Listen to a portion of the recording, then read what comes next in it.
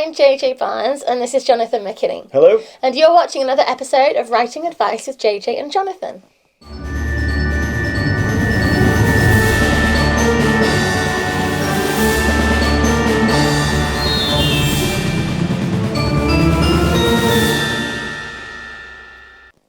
Today we're going to be talking about motivating your villain, and this is really important because a lot of the time when you go into stories you'll be very invested in motivating your main character, making sure that they are interesting, that they've got a lot going on, and your villain is there just to serve a purpose. They are determined, they just want to kill people, they just want to blow up the world or destroy, life. Sure, or if your story is slightly smaller scale, they are just there to disrupt things for your main character. Yeah, exactly. Their motivation is purely to be a problem for your main character. Yeah.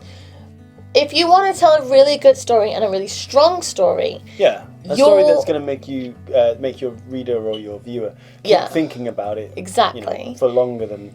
You need to consider your villain as a protagonist in their own story, which means they need to be as motivated and intricate and deep as your protagonist. So they have to have motivation to do any of these things, and it could be either to come between your protagonist and their love interest, or to blow up the world. Mm-hmm. If you want to go extremes, that has to be motivated on a human level. So it has to be something that if you funnel it back down, it almost comes from a place of good, because they are motivated by something that is beneficial either to them or to what they consider the world in some way, but it's been twisted and warped, or it is just annoying for your main character. Right. But it has to be something that if you put yourself in their perspective, you can understand. But we are talking specifically villains, not necessarily antagonists. Not necessarily antagonists. So...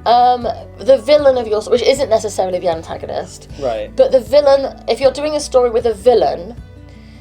and the example I'm going to talk about, and it is an excellent one in my opinion, is Dr. Horrible's sing-along blog. Right. And the reason I think it is so good is because the villain is actually the protagonist. Right. The antagonist is actually the good guy. Okay. I mean, he's flawed.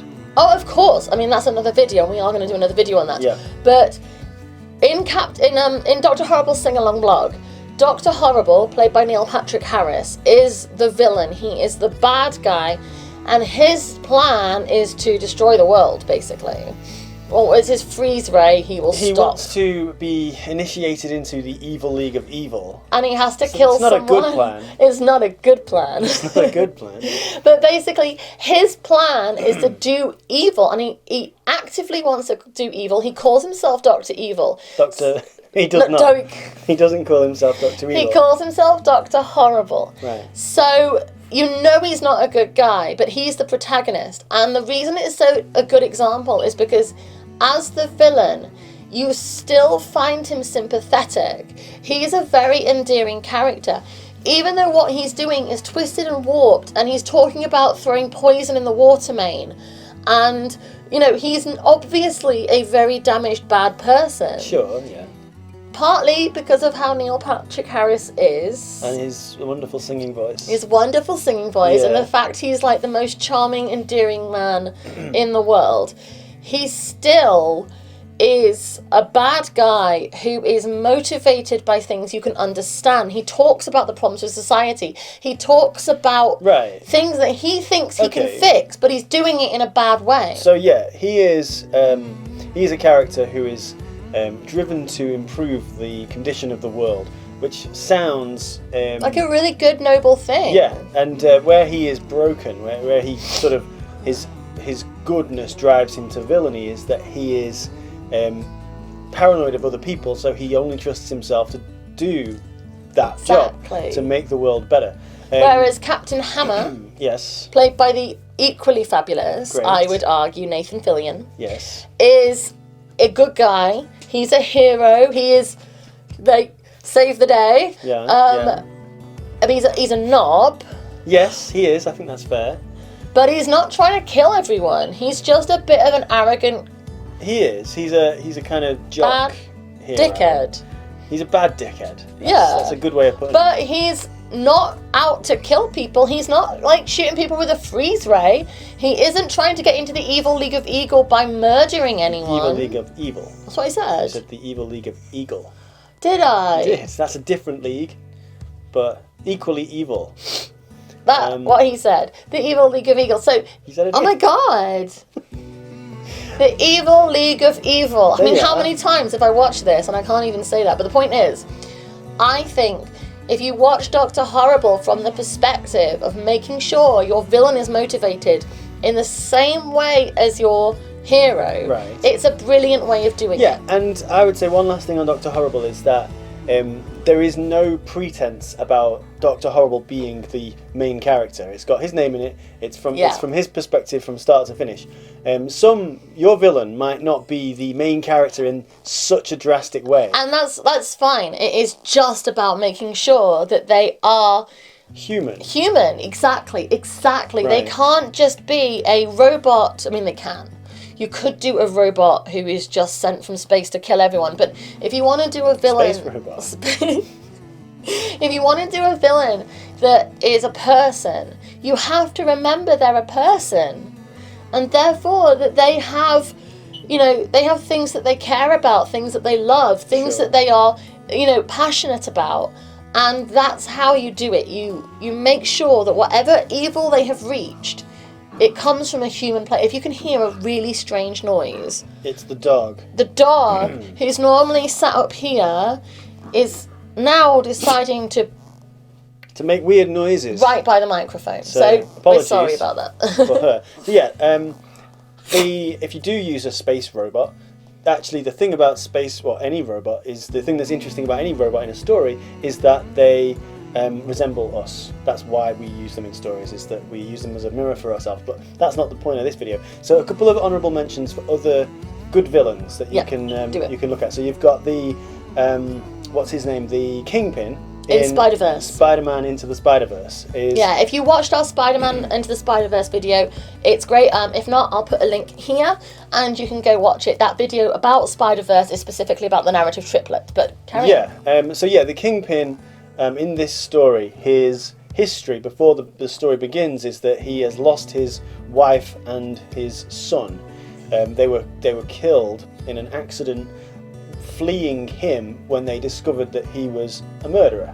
So he has a sense of Guilt I and caused that, fume and also a lot of grief and a lot of loss, because he's a man who, though he does evil things, there are human beings he cares deeply about, and he is in pain. He is a man in pain. He's grieving. It affects everything he does. So when you start learning about it, you see that, as you say, he's not just a thing that is out to destroy Spider-Man for just fun. He is motivated all the way through. And it's cool because the evil plan that he's sort of working towards is melting all of the dimensions or universes, Spider-Verses, so he can go into a different sort of universe, parallel universe, and get his wife and son back. So his own are still dead where they came from, but he can replace them with clones. Yeah, it's not a lovely idea, but no, it's dark crazy. And it's twisted, but he is dark and twisted. But at least you can see where it's coming from, what he's trying to do. There's a number of reasons why the writers of the film could have motivated him to be doing this weird sort of sci-fi. It's not sci-fi, but this weird the pink blobby thing. Yeah, the pink blobby thing. The thing that makes all the Spider-Man characters and Spider-Woman characters kind of converge in one place. But they did a really good job by humanising the villain. And another honourable mention, I would argue, is Thanos in the Infinity War. I 100% agree, by the way. So in that, his evil plan is to, as you know, everybody knows, right? I think everyone's seen it. To destroy half of life in the universe, so all of the dogs and the birds and us and every planet everywhere, to wipe out... Dog is like, me? Yeah, don't worry, Molly, you're fine. So yeah, his plan, it's a weird, crazy, specific plan, isn't it? So, yes. But the writers go to some length to explain how he got to this point. So his planet was destroyed by a lack of resources, so he's kind of gone insane, thinking that if he could have convinced his own planet to kill half of their population, that they could have still... Exactly, he feels like he is literally saving the universe. Yes. So even though what he's doing, you know, and it involves Spider-Man being disintegrated, and it does all these terrible things. You can, if you boil it back down to the original motivation, what he's originally caring about, it's very, very human.